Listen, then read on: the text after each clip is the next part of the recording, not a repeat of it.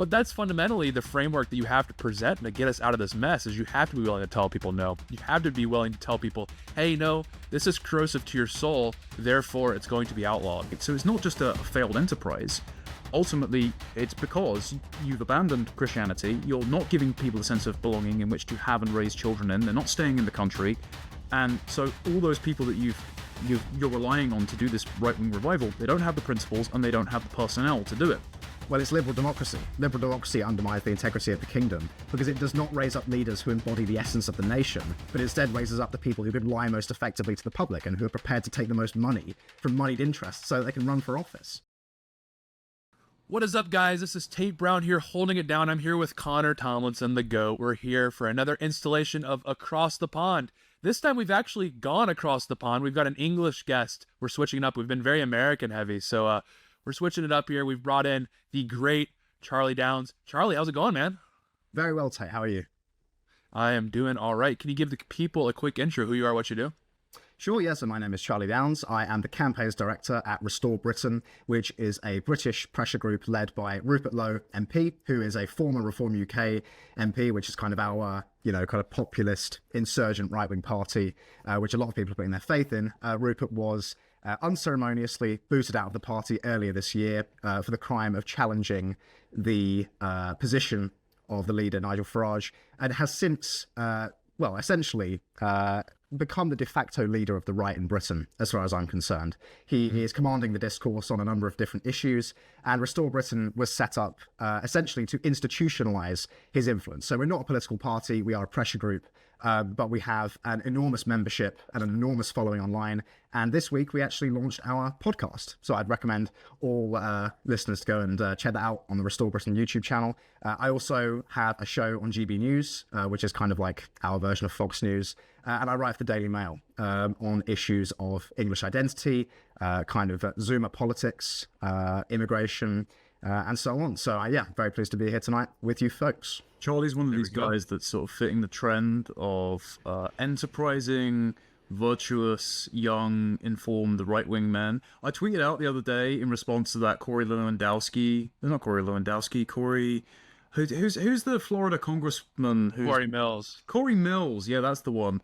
He's the other one.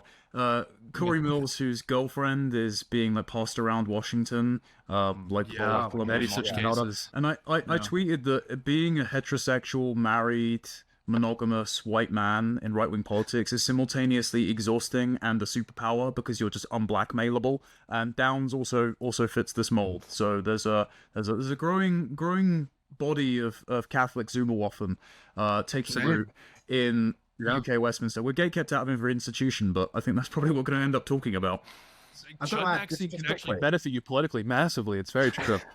It's true. I mean, anybody who has spent any time in Westminster or kind of media circles in Britain will know that they essentially do run off of blackmail. It's a really gross sphere to work in, to be honest with you.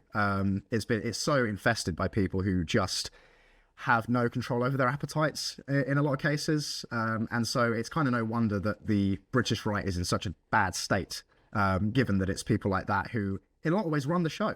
And Connor, you're so right. I saw that tweet of yours and I thought, yeah, I agree. There we go. Well, Connor, what's on slate today? We brought Charlie in for a very specific reason. We got a plethora of stories really involving the abortion debate, which obviously the whole thing with Across the Pond is comparing and contrasting the political scene in the United States versus the United Kingdom. What I think a lot of American listeners don't quite know or understand, maybe a lot of them don't understand, is that the abortion debate in Britain is not really as preeminent as it is stateside. So I don't know, maybe you could give a quick sort of rundown of where the abortion debate is at on your side of the pond. So we haven't had it be a central political issue since the 60s when abortion was implemented. It has only resurfaced recently because during the COVID lockdowns, the Conservative government made the decision to provide abortifacient pills through the post without any medical consultations to women after a phone call. And one high-profile case involved a woman who was significantly far along in her pregnancy. I think it was about 8 months, and she called up claiming she was much earlier, took the pills and killed her own child at home. And the response to this by the current feminist government the Labour government in Britain is to forward 2 private members' bills that decriminalised abortion up till birth. One kept the provision of non-sex selective abortions, so they banned that outright. The other one wanted to remove all restrictions entirely, and the one that got voted through on a Thursday afternoon when barely any MPs even knew about it, and it barely even had time for a debate, was the one to do with keeping sex-selective abortion bans in place. But pretty much every other abortion has been decriminalised now in the UK, and this is why I think the issue is going to take centre stage, because alongside the Canada-made style euthanasia bill that's being forced through Parliament in a very similar fashion, we have instrumentalised human worth in the UK, and you're starting to see some really creepy stuff around London. Like, we're already a Blade Runner, Running Man style dystopia, but there were adverts for euthanasia up in Westminster Tube Station for a very long time, sponsored by Global, which is the largest advertising conglomerate which runs podcasts like The News Agents or LBC, one of the big shit lib radio broadcasters in the UK. Today, my wife took a photo and sent it to me, tweeted out, and we can flash up on screen and post. And there is this advert for egg harvesting in one of the major train stations in London. And it's got typically, majority white women on the board. And it's posturing that egg harvesting is somehow some great use, some liberating, empowering use of one's autonomous choice. And it has become really insidious with the abortion debate, with the euthanasia debate, where basically the human worth has been reduced down to whatever saves the state money and whatever maximizes the time at which you can either return to your desk to continue filling out spreadsheets for a corporation that wants to replace you with your cheaper foreign counterparts, or that you can basically sell off parts of your fertility in order to pay the rent. And the reason I wanted to segue into this is because it opens up a whole Pandora's box with the fertility rate information that's been revealed this week, the abortion rate that's been revealed this week that shocked people, and in the inverse, the hit pieces on young Christians in Westminster, like myself and Downs by name, that says, well, why would there possibly need to be Christianity in UK politics? Haven't we talked past this whole silly religion stuff? Pay no attention to the fact that Westminster is now a death cult. Yeah. Yeah, I mean, maybe you could drill down a little more on why specifically the, British right abandoned the abortion issue so quickly after it, became law, because in the United States, it's been relitigated over and over again to the point where now the pro-life crowd got some major victories, obviously Roe v. Wade being overturned. And I mean, I would presume this would be due to the fact that America is still a very religious country relative to the rest of the developed world. Obviously, the emphasis of Christianity in our government was there in varying degrees, but when Republicans were in office, obviously, they would sort of have to play ball with the evangelical base, and the evangelical base was demanding restrictions on abortion, and then that obviously came to fruition. Is that kind of why that you don't see this sort of pro-life insistence on the right in Britain, is like a lack of Christianity, a lack of religiosity? I would say so. I'll throw it to Downs in a moment, because he'll doubtless have thoughts on this, but a little while ago, the Anglican Church, and we're both Catholics, so, oh well. The Anglican Church used to be known as the Tory party at prayer, and I think it's no coincidence that as the Conservative Party has morphed into the accelerationist vehicle for gay race communism, whereas Tony Blair was, he was a constitutional vandal, and he intended to increase mass migration to, quote, rob the right's nose in diversity. But he was a bit more subtle about it, rather than, the Boris wave and flying trans pride flags from government buildings. But as soon as the Conservative Party liberalised itself, and it was pressuring the Anglican Church to adopt gay marriage, it was one of the proudest achievements of David Cameron and Michael Gove's government in the 2010s. As soon as that happened, the church became just another beam in the cathedral. Yarvin's idea of the cathedral, where it's just the amplifier of the progressive hegemony. And so I think that the reason that our institutional church, which is basically wedded to the monarchy, wedded to government at this point, became just another megaphone for the current thing. And that's why I think, one, Anglicanism is in complete freefall. That's why Catholics are now outnumbering Anglicans 2-1 among Zoomers. But I think that the lack of an organized Christian pushback and the connection between politics and the church means that there hasn't been a large Christian pro-life movement like there has been in the States. I don't know what Downs thinks. Yeah, well, what I'm increasingly realizing is, for one thing, the sort of left-right dichotomy means less and less with every passing day, in my view, because, I don't know, in my view, the only real binary or distinction that matters in politics now is just like true or false. And that's like capital T, capital F. This is not just some, these are fundamental questions of truth. And I think there's as much nonsense on the right as there is on the left. Because what I've realized is a lot of those people who pass themselves off as being right-wing are basically liberal at bottom. And what I mean by liberal is something very specific. What I mean by that is somebody who has the self or the individual as their moral center of gravity. Because I think there's a lot of discourse about why the right has basically conceded every debate to the left when it comes to matters of culture over the last 50 or so years. And my answer to that is that both the left and the right have had the individual or the self as their moral center of gravity. And the left have just been the ones to take that to its logical conclusion. They have been the ones to embrace abortion. They have been the ones to push kind of, woke sort of, trans, LGBT stuff, in limitless self-expression. And the right's answer to that, the right's version of a kind of self-centered culture, is just to kind of endlessly bleat on about GDP and encourage people to pursue a kind of corporate career and sell them the idea that that's where they're going to find meaning and belonging. And actually, on balance, I would say that certainly for young people, the left's offering, when that is the kind of dichotomy, the left's offering is far more palatable, far more appealing.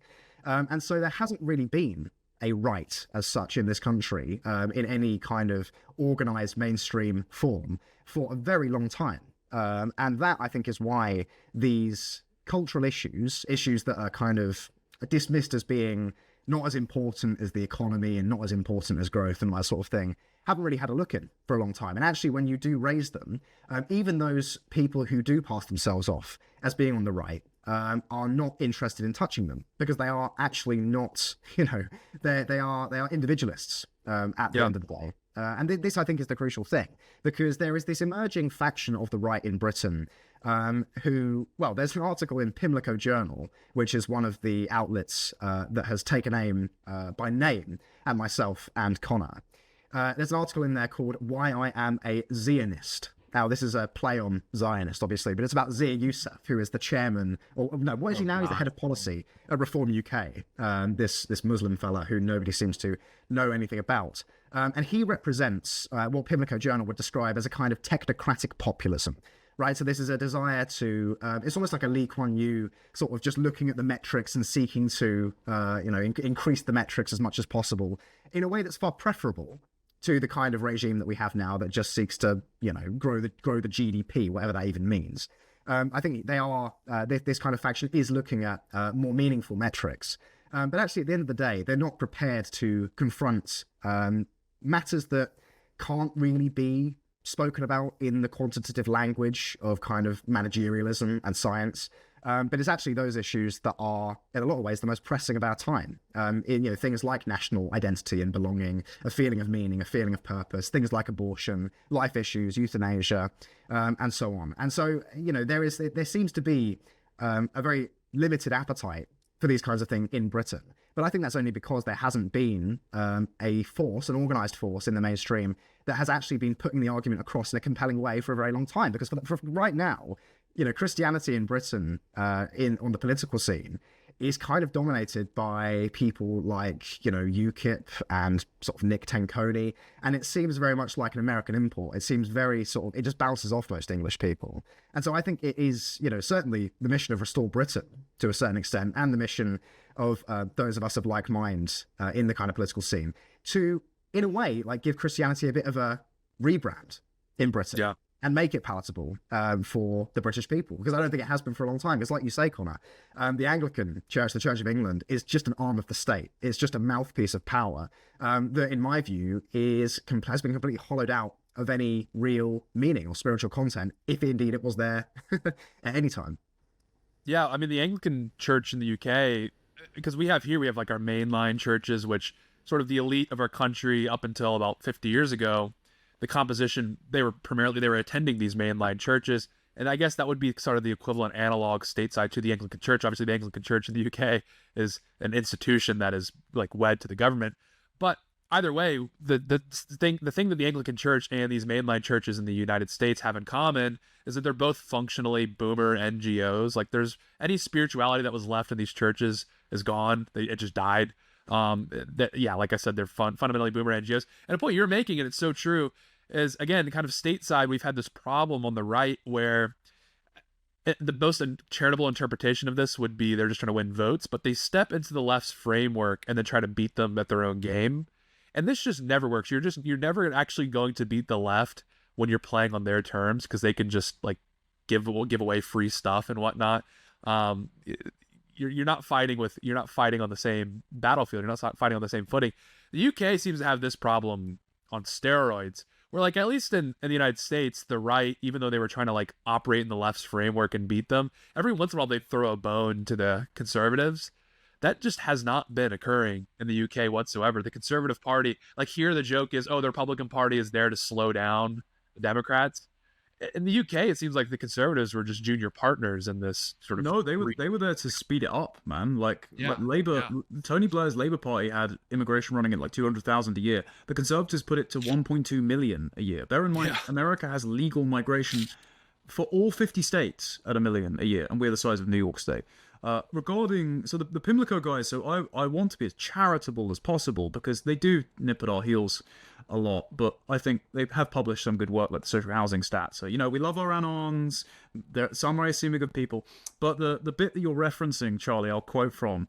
He says, whilst a tiny fraction of the British population, these people are particularly prominent online, I personally estimate they make up 13% of British right-wing ex-users, but are responsible for 50% of the coal posted on the site, with personalities such as Connor Tomlinson and Charlie Downs, hello, advocating for the recentering of the right around political Christianity. And when you say that they're liberals, what I think they are is they're advocating for what they believe to be a eugenic kind of liberalism, a kind of like ruthless Darwinian, we can just do things, twiddle the dials on economics, and if people fall through the cracks, fuck them, versus the dysgenic liberalism that is practiced by Zach Polanski being the prime ambassador with his crooked teeth and frankly untrustworthiness, being a tit hypnotist and a homosexual in coalition with a bunch of Jew-spurging Muslims. Just a coalition of like total carnival freaks that should not be allowed anywhere near power. With that one, I agree with them. But the problem that I think they have, and this is why they don't take Christianity seriously, we can get onto the abortion stuff in a moment, because there's like proper horrors happening here that they don't seem to have a moral opposition to, because it's just an expression of liberal free choice, and anytime we speak out about it, we're accused of being illiberal. It's like, yes, we are. But the problem they have is they don't realize that all of their liberalism rests on a set of suppositions and givens that they can't guarantee. Like, if you want to be a eugenic liberal, if you want to pursue science and material progress, and you want to make it to the moon and create an Anglo-futurist colony with a thatched roof space station, hey, have at it, man. Like, the Faustianism is a part of the Anglo spirit as much as it is being a hobbit and being rooted and having your own little patch of land, which is how I feel. The problem is, as you've said, whose truth? Like capital T truth. Because the scientific revolution did not take root in Western Christendom by accident, right? It took place in the universities, which were scholastic enterprises by originally Catholic scholars, because they believed there was a universal truth. They believed that you could understand God's creation via the Logos, and so you need to value truth in and of itself, objectively, with a sort of, you need to believe there's a kind of moral maths written into the universe by a divine legislator, so that science doesn't just become an instrument of ideology. Because if you decouple it from Christianity, if you decouple it from eternal moral principles, then you just get the retarded dysgenic technocracy, where you start playing like meat Lego mix and match to accommodate some crazy trans person's delusion about themselves, and even though you might be momentarily frustrated by their incoherence and illogic, you don't actually have an ethic that prevents them from indulging in that delusion and using science to meet their own strange dysgenic ends. So they need to understand that they act on a bunch of, a bit like Tom Holland's argument that wokeness is like a Christian abortion. Basically, they need to understand that they rest on a set of Christian suppositions, and if they can't guarantee the Christian suppositions, then their right-wing liberal project won't work. Yeah, if I could just add to that as well, Connor. I don't know if either of you saw Tucker Carlson's interview with Sam Altman, the CEO of OpenAI. It was very interesting because a lot of Tucker's questions centered around, well, what is the moral framework that is being sort of implemented into ChatGPT. And Altman did not have a very good answer for this. He floundered, he undernarred, and he basically settled on, it's kind of just the moral framework that was kind of, that I received through osmosis, in the environment that I grew up in, which is a terrible answer. Because if you're creating a tool that is incredibly powerful and which, like, I use it, I think everybody uses it at this point. Maybe I just speak for myself, I don't know. But it's incredibly powerful, and it's being used in many, many different sectors now for important work, including, by the way, the writing of MPs' speeches in Parliament in Britain, which is pretty funny. But you need to have a good answer to that question. You need to have a good answer to the question of what actually is the moral system that's being implemented into this, this kind of, so-called artificial intelligence. And that a similar thing is happening, I think, with this faction of the British right, which is if you actually ask them and try and pin them down on what their moral framework actually is and what their moral paradigm that they're trying to bring into existence actually is, there is not a clear answer, in my view. It basically, and maybe this is me strawmanning, I don't know, but I can't see anything other than, well, I like England, I like Britain, it's nice here, my family is from here, and I would like to see it preserved. And that's a fairly good answer. But then you have to ask the question of why. You have to ask, well, why is it worth preserving? Why was it good? Why is it no longer good? And what is it that you're kind of striving towards in your political struggle?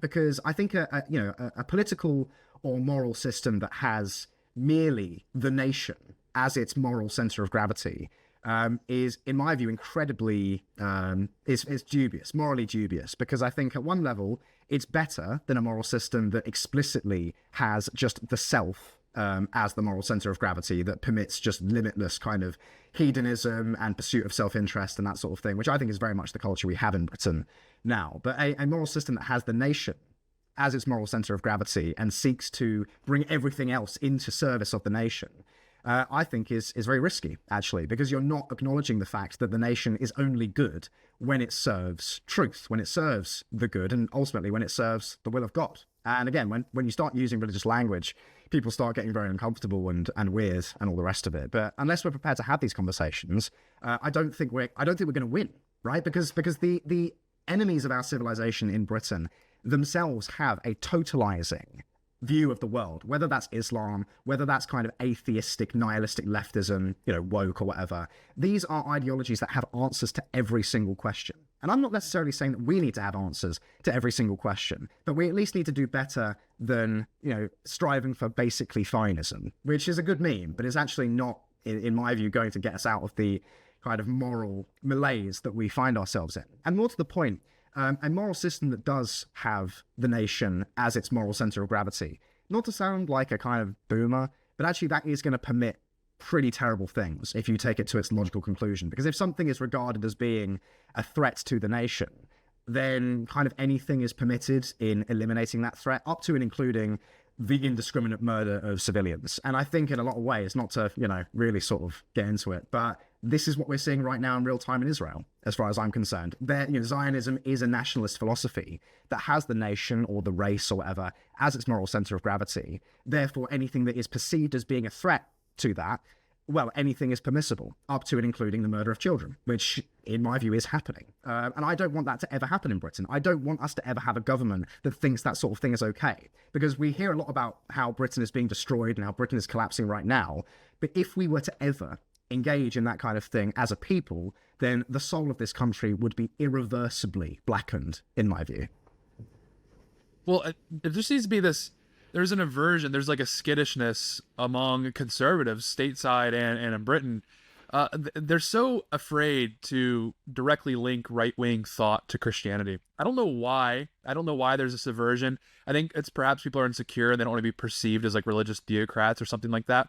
But that link is so real, it's so intrinsic to right-wing thought because it's inherently hierarchical. And that's something that people refuse to admit, because I think partially it's because we grow up in this system of this blank slate theory, of this individualism. And that kind of, that's a lot to let go because it feels wrong. It feels wrong to tell someone they can't do something. But that's fundamentally the framework that you have to present to get us out of this mess, is you have to be willing to tell people no. You have to be willing to tell people, hey, no, this is corrosive to your soul, therefore it's going to be outlawed. That feels wrong to people that grow up in this liberal system. And perhaps we're seeing these cracks now among Gen Z, because we've grown up in the system failing. I think we're the first generation that's grown up in a fully failed system. We don't know what the system looked like when it was at least like seemingly functioning to some degree. Therefore, we're kind of looking around and shopping other ideologies. Yeah, so I think the right in Britain and in America needs to be comfortable linking that the very real true link that there is between Christianity and right-wing thought. Because if you're not presenting a framework, if you're not offering a framework to the public, you're not. There's nothing for them to buy into. There's nothing for them to be grounded in. Instead, when you're just taking kind of a liberal framework and then touching it up a little bit and maybe, banning some few like woke things that bother people, that's not enough. That's not going to last. It's not something that's going to, preserve people. That's part of the reason Zoomers are so attracted to, in particular, Catholicism, because it provides something that's lasting. It provides something that has a groundedness, a rootedness, a link to the past and a pathway to the future. So yeah, that's what I would say. Is I just think, right wingers like stand on business. Like, it's inherently Christian, it's inherently godly, it's God honoring, and left wing thought is inherently humanist. It's inherently, in my opinion, satanic. Our guest that we just we just wrapped filming with, John Doyle, great video where he links leftism to Satanism. I mean, there's some very disturbing links that are just true, and it sounds kitschy. It sounds like something you'd read in a pamphlet that's given to you by a schizophrenic person. But it's real. It's real. It's actually tangible. They want to liberate you from every identity that was given to you by God, and instead just turn you into the perfect consumer.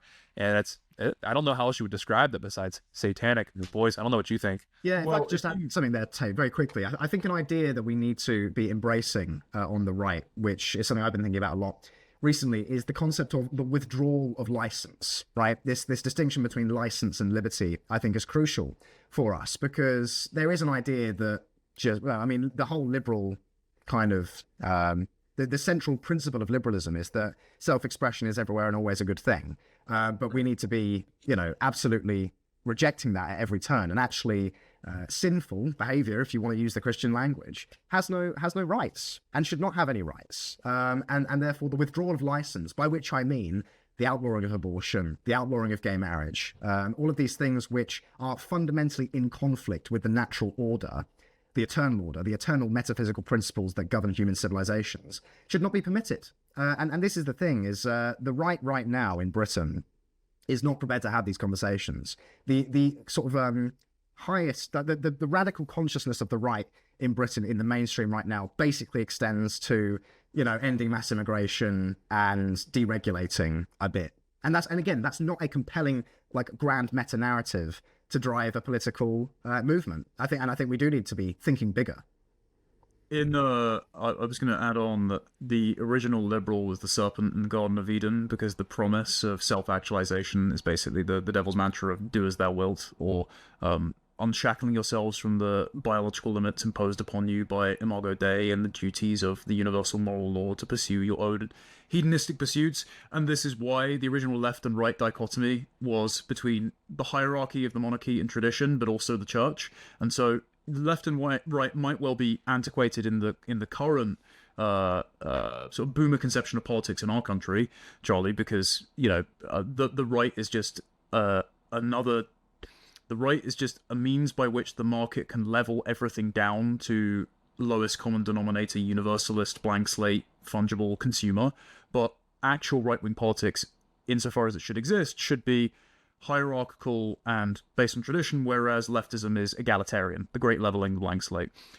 As far as why there's a skittishness about forwarding Christian politics, I think you're seeing a little bit of this in the States, Tate, with the attempt to fold a billion Indians and also Jewish interest groups into the Republican Party. It's very conspicuous that Mar-a-Lago just hosted a Hindu-Jewish joint advocacy group where Laura Trump spoke at it.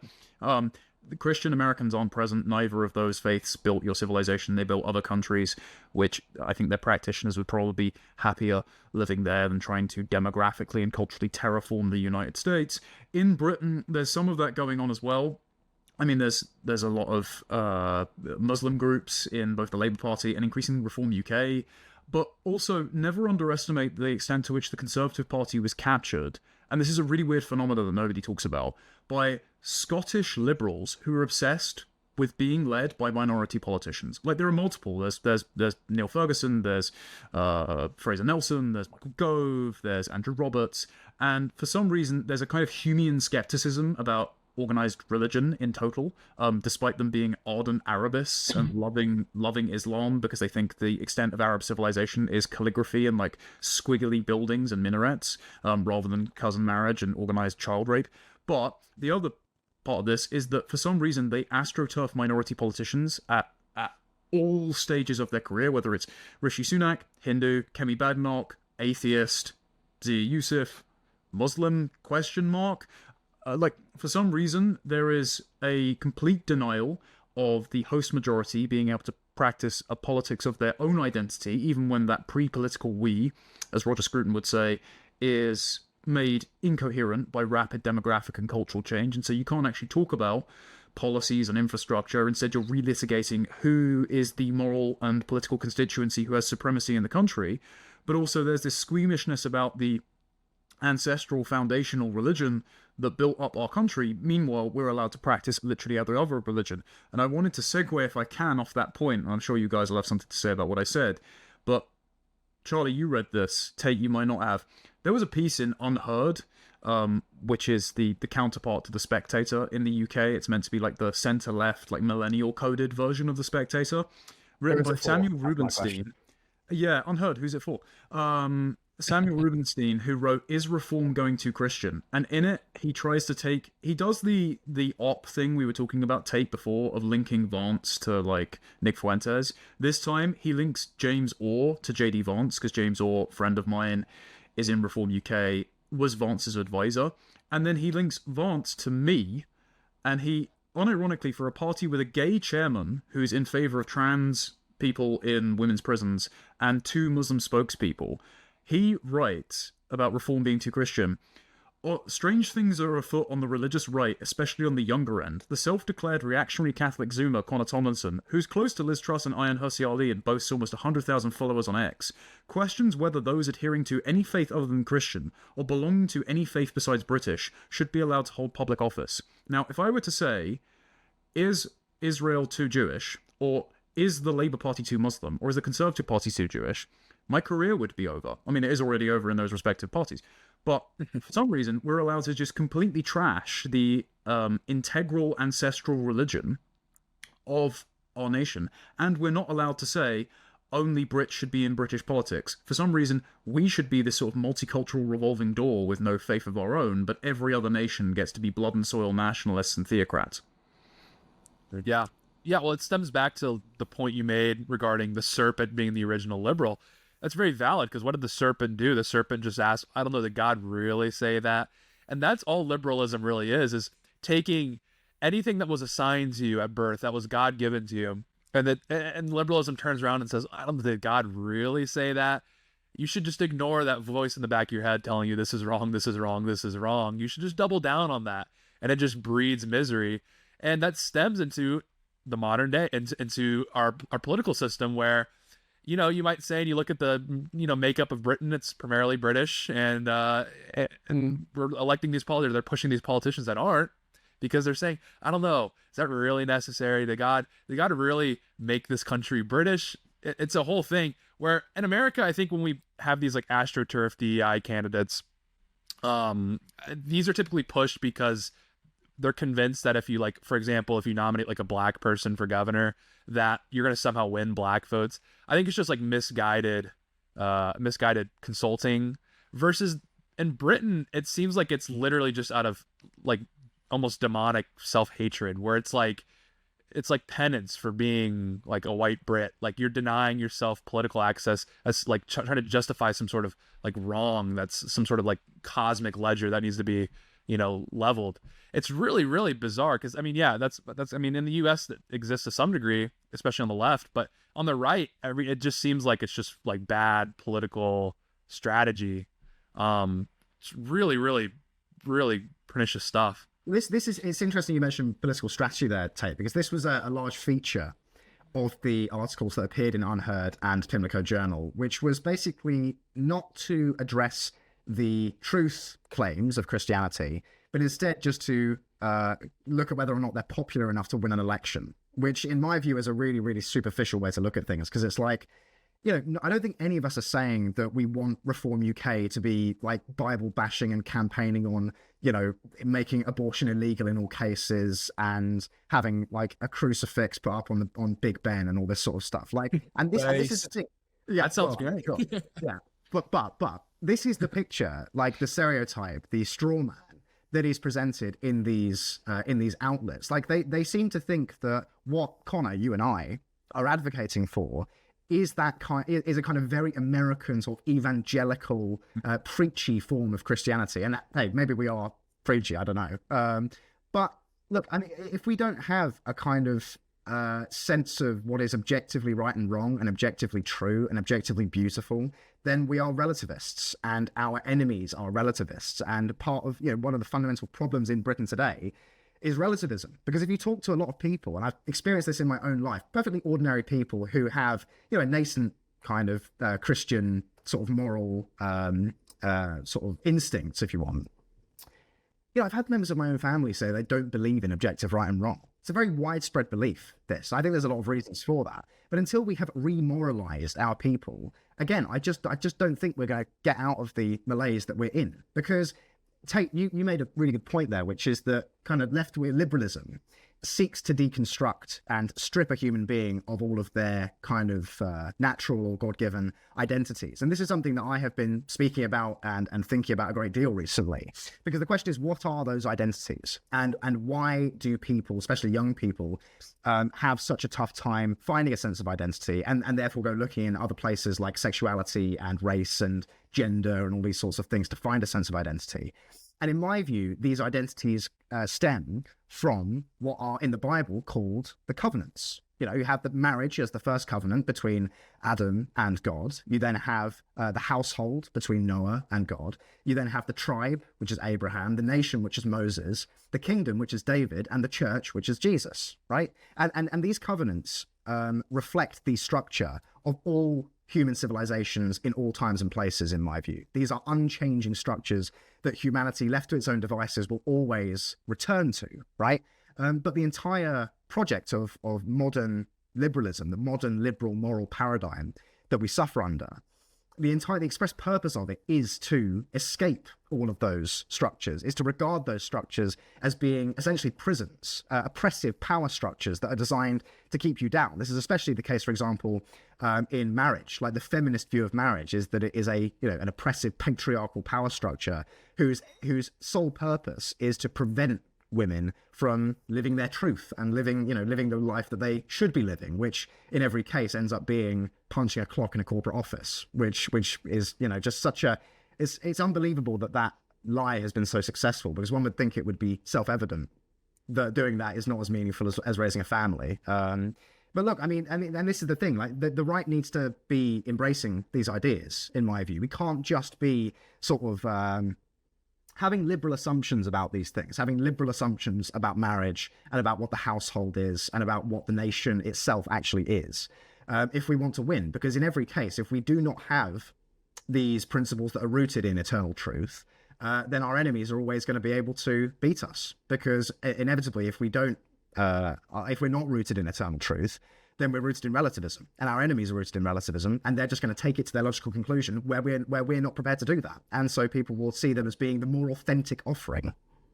That was I really like that framing of things as covenants. We haven't discussed that off air before, but we should be furthering that. It's something I've been thinking about a lot. I mean, it is the answer. It's the right answer to identity politics, because where the left says gay, black, disabled, trans, Muslim, we say husband, father, Englishman, Christian, right? Yep.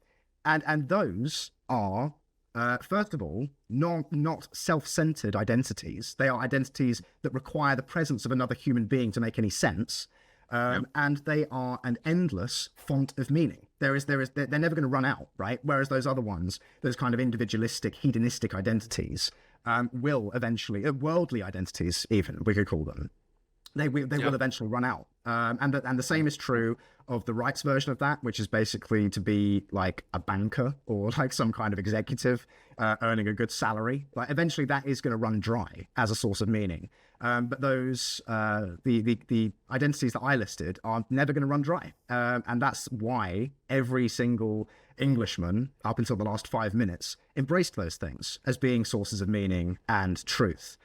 And I just can't wrap my head around why this is such a controversial idea. Like this is what conservatism is supposed to be, right? Like what are we trying to conserve if not marriage, if not the household, if not the integrity of the nation and indeed the kingdom? Because that's something else we forget.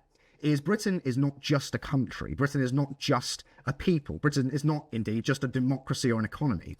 Britain is a kingdom, and that has a very specific meaning. A kingdom is a set of nations united under one ruler, which embodies the essence of that nation. And we, admittedly don't have that right now. But historically, that is what we've been. And in turn, again, what is a nation? Well, a nation is a series of tribes united under one law in one land, which is what England, for example, is and has been continuously for 1,000 years. And in turn, what are tribes? Well, tribes are a series of households united by blood and by lineage and by ancestry and by language and by religion in the same geographic kind of area. And in turn, what is a household? Well, a household is a man and a woman married before God, permanently with children and property. And what is a marriage? Well, as I just said, it's a man and woman united permanently before God. And so what we have here is a comprehensive description of what human civilization is. And in my view, that is our answer to the challenges of the relativistic, materialistic left. And I think just appealing to you can just do things technocratic, basically fineism, is a far less compelling offering. Yeah, well, the idea that you can just press the fix everything switch and it's mass deportations and you return us to a homogenous civilization, I mean, it will fix a lot of logistical problems, it will fix a lot of problems about cultural belonging and crime, but at root, you still need some kind of cultural or spiritual revival, because the question is not just what are we conserving, the question is also what are we reproducing, and this ties back to the abortion conversation. I mean, currently, projections based on 2022 abortion levels, 1 in every 3 pregnancies in Britain ends in abortion. So for every 100 live births, there are 48 abortions, which is just insane. And I think this actually links up to, this is just one vector of demographic replacement as well as migration, but also outward migration. And a lot of the analysis about why there are so many young people leaving the UK, why we are the #1 nation in the world for brain drain, for millionaires leaving, but also why the figures for people who left Britain got revised up last year from 17,000 to 257,000 people leaving to move abroad. Part of the reason is that we aren't reproducing our civilization, not in terms of physical bodies, but also in terms of culture, in terms of those concentric circles of belonging, the ordo amoris that Vance ratioed Rory Stewart with. The alternative to that is, as you've said, that the varying flavors of liberalism, where if you don't have any relationships with the people around you, if you don't have any responsibilities to fulfill, any moral obligations, if you don't have, as Peterson once compellingly said, that duty out in the future of the day at which you will be judged because you have to give the eulogy at your father's funeral and be the shoulder on which your female relatives can cry, if that's not a realistic prospect for you, the only relationship you have is with the state. And so you end up getting the left-coded or the right-coded versions of liberalism, where the left-coded version of liberalism is like what John Gray wrote in New Statesman this week, where he's literally like, I'm not a post-liberal. In fact, Leviathan is the only thing that can stop the all-out war of all against all between ethnic and religious tribes in our country, because he said folks like Tommy Robinson or Nigel Farage getting close to power was unfathomable. So literally, we can't deport all these people, we're stuck here forever, so we have to become a low-trust surveillance state to enforce one way of life on everyone. And what the right-wing liberals don't understand, in the same way as the left-wing liberals don't understand, is that all those conceptions of liberal egalitarianism, just doing things, a state that is kind of omnicompetent to keep the peace, rests on a shared set of cultural assumptions that you aren't reproducing because they're fundamentally Christian at root. And all the people you've imported into your civilization who are having kids at much higher rates, like 1/3 of all births now are to immigrant mothers, don't share those assumptions. And so you won't get Leviathan, you'll get like Liberia or Lebanon or Lahore sooner than you will this omnicompetent state. So it's not just a failed enterprise. Ultimately, it's because you've abandoned Christianity. You're not giving people a sense of belonging in which to have and raise children in. They're not staying in the country. And so all those people that you're relying on to do this right-wing revival, they don't have the principles and they don't have the personnel to do it. And Well, this kind of go for it. Sorry, go on. No, please. Well, this I think is what is so revealing about the name Reform UK. Because what that says, first of all, is that you conceive of this country in the same way that the Blairites did, which is as the UK, which is a very recent name for this particular polity. And what you're seeking to do is not overturn that order, which has been the source of so many of the ills that particularly young people suffer from in this country, whether that is demographic replacement and the prospect of the white British population becoming an ethnic minority in this country in less than 50 years, whether that is the cost of housing, whether that is the rate of tax, all of these sorts of things. You're not seeking to tear down that order. You're seeking to reform it. You're seeking to reform the UK, as it were. And that, I don't think, is what any of us actually want. Like, none of us actually want this order. None of us believe that this way of doing things is fundamentally right, but that our current leaders are just getting it wrong. It's like real UK has never been tried, if you want. But that kind of is what the reform and the people in their orbit, like Samuel Rubinstein, like Pimlico Journal, are kind of seeking to do. Like, they agree on the basic, on the fundamentals of this political project.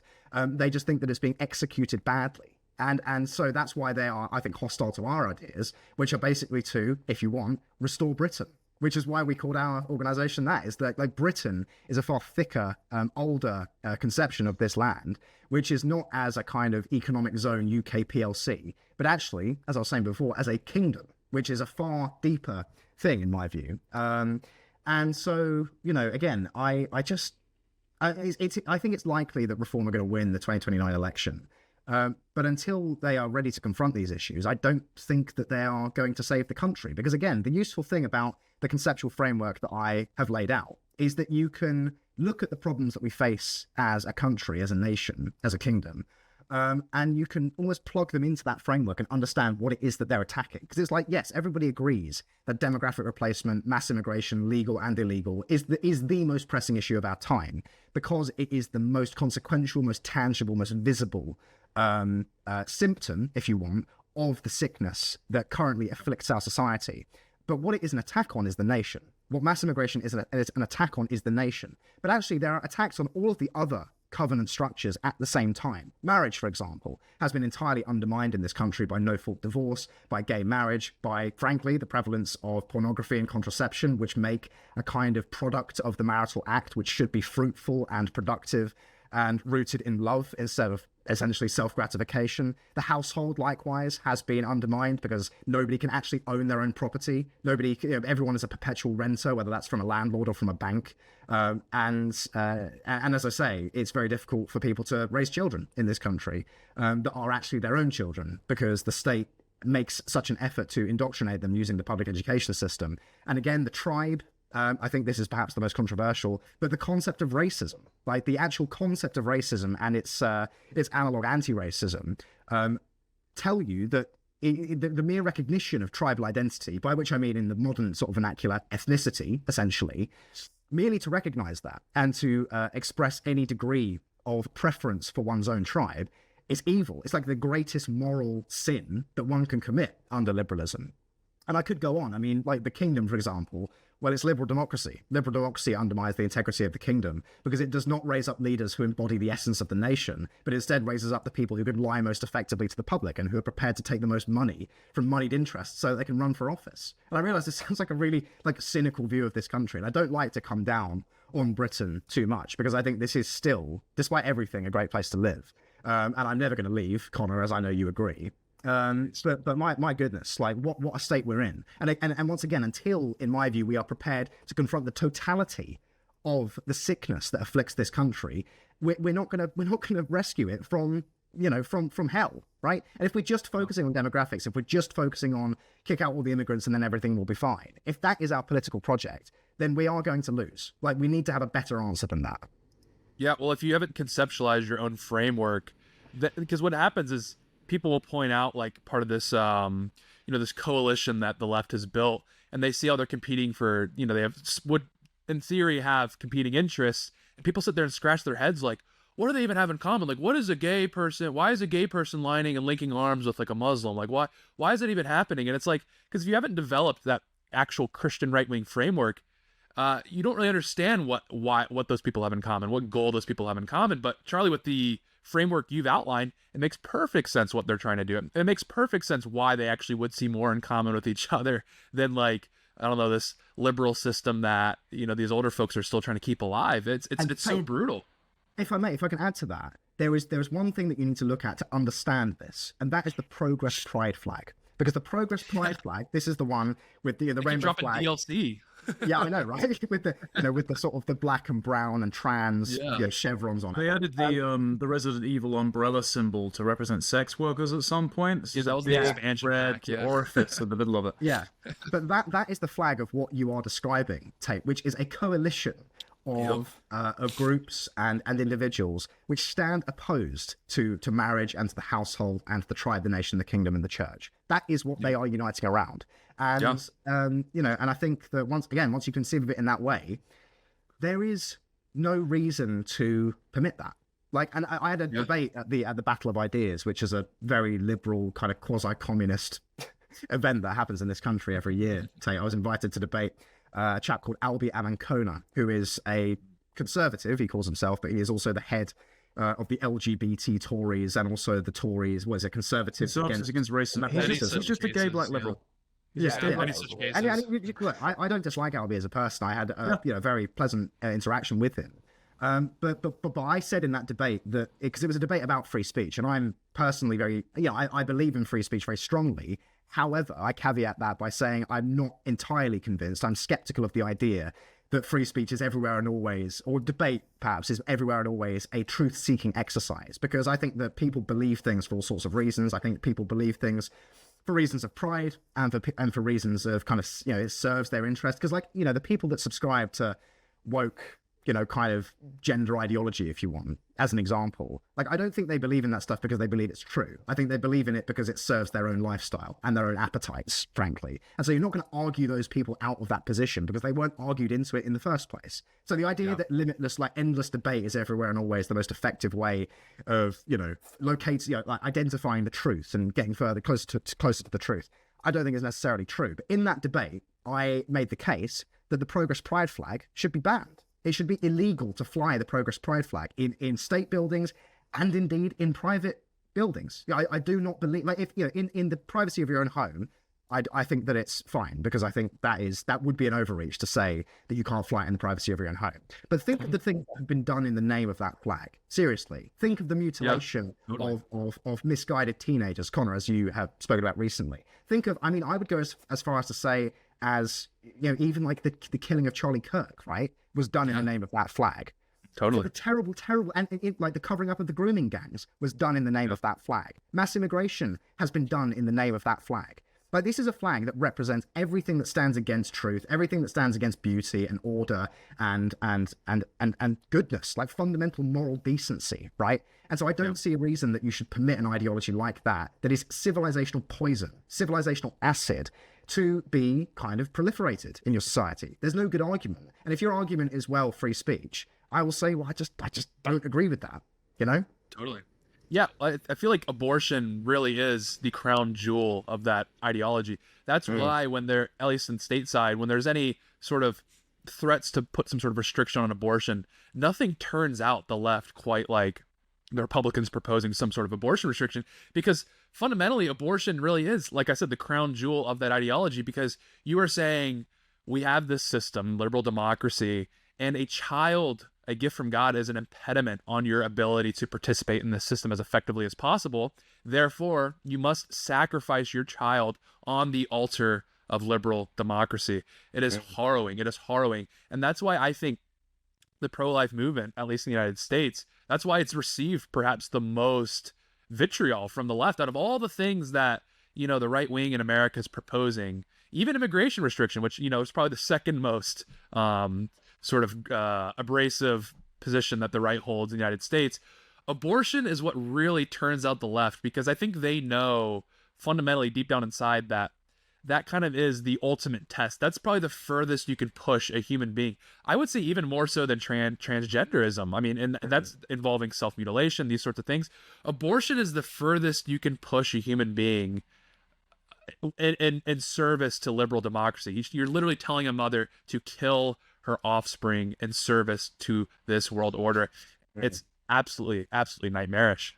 Yeah, and this is the thing, Tate, is there really is, very limited mainstream public discourse about the topic of abortion in this country, because I think a lot of people don't think about it a lot. It's regarded as being a debate that's kind of done. It's not something that we talk about in this country. And I think that is largely because of what we were talking about before, which is that there's very little in the way of public appetite for conversations around deeper issues about what life is about what a human life is and is not, what is right and wrong, basically. And I think that the unwillingness to confront those issues is largely born out of a culture that does have the self as its moral center of gravity. Because what greater expression, as you say, Tate, what greater expression of a self-centered culture could there possibly be than a mother, frankly, murdering her own child in the name of her own comfort and her own career, for example.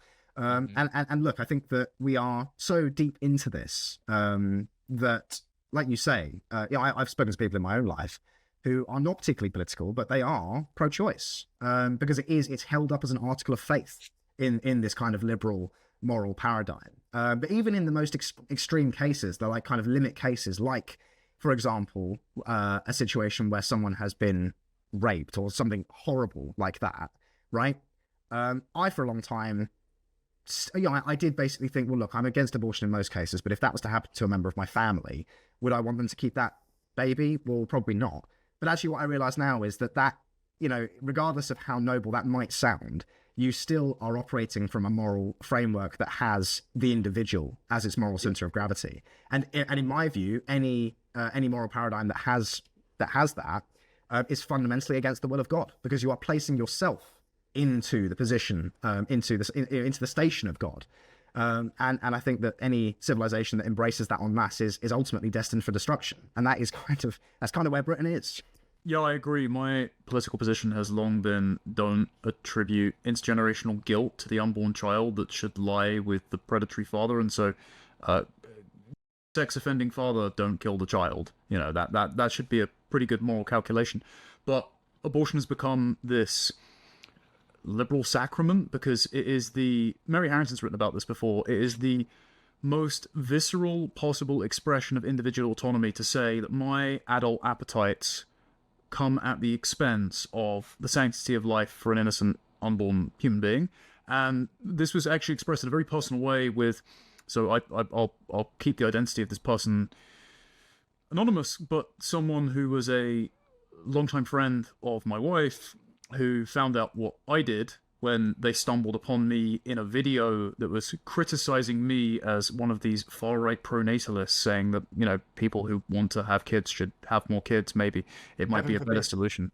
Yeah, it would be a better solution than, battery farming Africans so that he'd death of the universe to pay boomer pensions. Heaven forbid. And he came to me to basically interrogate me on all of my evil right-wing beliefs. And one of the things that he felt strongly about was abortion, but it wasn't out of this principle, because I just kept Socratically questioning whether or not he would feel uncomfortable, what his standard for the sanctity of life was, how he can support human rights for full-grown human beings, but then arbitrarily argued that a baby is not a human being. And it boiled down to two things. One, he wanted to use abortion in his own personal circumstances, even though he would feel uncomfortable doing it, just in case he, wasn't ready to be a father yet, or there was some genetic defect that was unforeseeable and would make his life inconvenient, therefore instrumentalizing the worth of another human being to what's convenient for him, his personal self-expression. Literally eugenics. Like, it's just eugenics. Yeah, exactly. Which is why we're battling over whether or not we're practicing dysgenic liberalism or eugenic liberalism with the right and left. But then the other argument that he had was he just defaulted to NPC talking points, because when I hit up against that moral brick wall, he just started saying, "Well, it's just a zygote and fetuses don't have consciousness," and it was like these rote-learned Reddit talking points. And so what you have to realize is, going back to what you were saying, Charlie, debate is itself not always the instrument to realize these tools, because lots of people aren't conscious and lots of people aren't engaging in good faith interlocution. Instead, they're just trying to serve their own basest appetites, and those basest appetites present a temptation that means that if they're not serving God, their wife, their community, their congregation, their country, instead they are serving something else, and it's an entity that usually turns us against our own nature, which could, even if you want to take it as a metaphor, be described as demonic. And so, even though this will get us accused of illiberalism and being post-liberals and Christian nationalists, I just think we need to take these issues off the table, and I'm not going to subject my moral positions to a popularity contest or sort of like a mean girl disapproval from the pages of even the good-spirited Anons of Pimlico Journal and concede this issue, I'm afraid. Right. Yeah, agreed. I mean, and this is the thing, like, Christian nationalism is not even a label I would embrace. I'm just a Christian. Like, Yep. That's kind of where my political positions begin and end. That's what it's informed by. And again, it kind of blows my mind that that's so controversial. Yeah, I'm a Christian that happens to be a nationalist. It's Yeah. you don't need to join them. Well, fellas, this has been a great chat. I guess we'll wind down here. We're kind of running out of time, but Charlie, you got any closing thoughts on where people can find you for more? Sure. Yeah. Well, thanks very much for having me, you guys. It's been a real pleasure. Good chat. I would encourage everybody to check out Restore Britain, which is the organisation that I work for. You can join if you are somebody who is concerned about the future of Britain as a member for £20 a year, and I would encourage everybody to do so. Check out our new podcast. As I said, that's with myself, Lewis Brackpool, who is our Director of Investigations, a very, very good journalist in Britain, and Rupert Lowe, who is, as I said, our leader and a current Member of Parliament. You can find my work on my X page at CF Downs with an underscore at the end. As I said, I write for the Daily Mail. You can read some of my work on there. Yeah, thanks very much for having me, guys. Yes, sir. Connor, what about you? Pleasure, yeah. Keep an eye on Restore Britain in the new year, because it's a citadel of enterprising young talent in Britain, and I'm sure there might be new faces popping up, whoever knows. You can find my work at Con_Tomlinson on X. You can find me at Connor Tomlinson on YouTube, on Substack, and you can read my writing over at Courage Media. And thank you yet again for tuning into our weekly show. Yes, sir. Yes, sir. Well, let's get Britain restored, fellas. I don't know. You guys are like doing. You're active in it. You know, we're trying to restore America. We don't really use restore. It's almost too fancy of a word. We're just making America great again. It's too young to restore, I would say. Yeah, exactly. But we'll be back this week with, well, kind of. We're here Monday, Tuesday. It's Thanksgiving week. Means nothing to my English friends. It just sounds like some Yank nonsense. But it's Thanksgiving. It's where we celebrate the Indians giving us all the land for free. It was very nice of them. So we're going to be celebrating. We're eating turkey. Enjoy the turkey with your family. Turkey is the American food. I don't want to see any ham nonsense. That could be a side dish, but it's all turkey all the time. You can find me on X and Instagram at Real Tate Brown, and we'll have a special Thanksgiving edition going up later this week with the John Doyle, so be on the lookout for that. With that, thank you very much for watching. We'll see you guys next time.